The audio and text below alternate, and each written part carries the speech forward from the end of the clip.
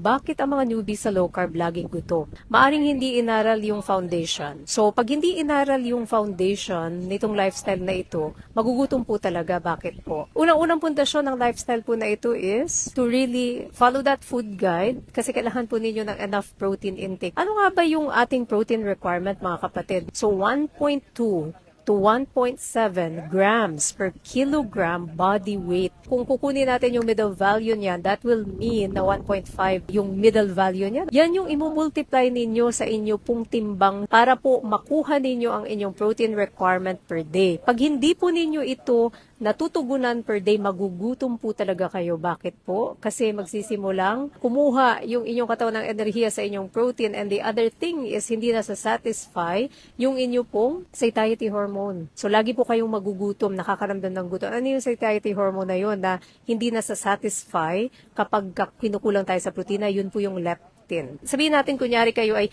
50 kilograms, kunyari lang po. So 50, i-times nyo po yan sa 1.5. Kasi 1.5, saan galing yun? Yun yung gitna na value between 1.2 to 1.7 gram per kilogram body weight per day of protein. So 50 times 1.5 is 75 grams of protein per day. Paano po, Doc, mamimit yung 75 grams of protein per day? Pag nag-join po kayo doon sa group, you will see, isa sa mga welcome packages natin doon, nandun yung protina, yung mga protina na content ng mga common na pagkain. For example, itlog. 4 na itlog ay meron pong 30 grams ng protina. Dun sa calculation natin, 75 grams na protina ang kailangan nyo. Kung ang 4 na itlog ay 30 grams, di ilan na lang po ang kailangan nyo? 45 grams na lamang.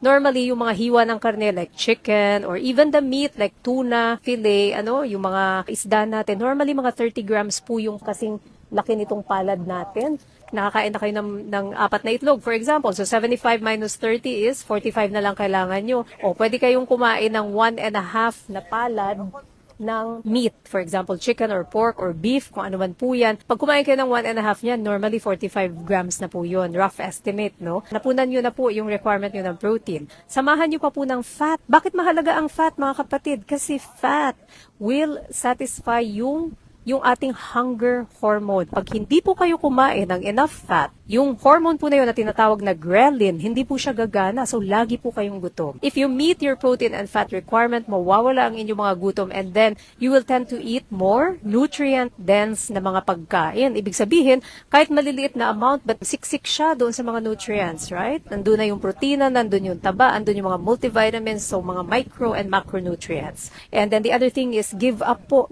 your high net carb na mapagkain, kasi as long as you're eating your high net carb food, you will keep on going in and out nung sugar, cycle, yung biglang pagtaas ng sugar, so the spike, and the crash phase. Ang problema sa crash phase, doon natin nararamdaman lahat na yung mga lagi tayo nagugutom, mga kapatid. So, hopefully po nakatulong po ito.